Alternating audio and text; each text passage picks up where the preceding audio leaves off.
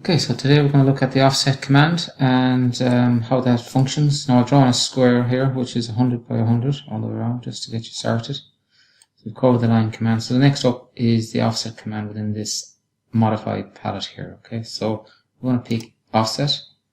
Now if you do hover over it, it'll give it a second and it'll start explaining what it is, how it works. So click on it and now you'll notice you've got down here offset and it's saying offset specified distance. So the first thing you do is click offset and then type in the distance. So we're going to say 20. Just type in 20 on the keyboard and hit enter to say you're done. And now you'll notice the next thing right beside the cursor it's saying select objects to offset. Also it says it down here in the command line. So we're going to go select object. Again on the cursor it's saying specify point or side, so we're going to go left or right. So I'm going to go inside. And that's it. That's the offset done. So once you do it once, it's asking you again to select object again, so you can stay home. And now it's saying pick a side, is it in or out? So I'm going to go inside. And again with the pick box, and you can see the pick box comes back up again, so it's repeating. So that's the offset done all the way around.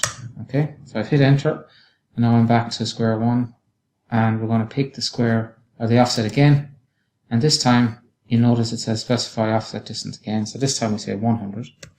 It's remembering the 20 from the last time, but this time we're going to go 100.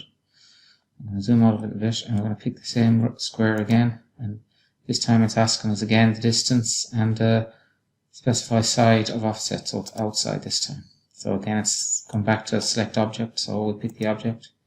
Now the side, object, side, object, and side. And that's the best way to use the offset command. I can fillet that off then by clicking on these lines to close it off. Spacebar brings you back into fillet. Spacebar fillet. And by doing this you know that it is 20mm inside the box and 100mm outside the box. So that's the offset command.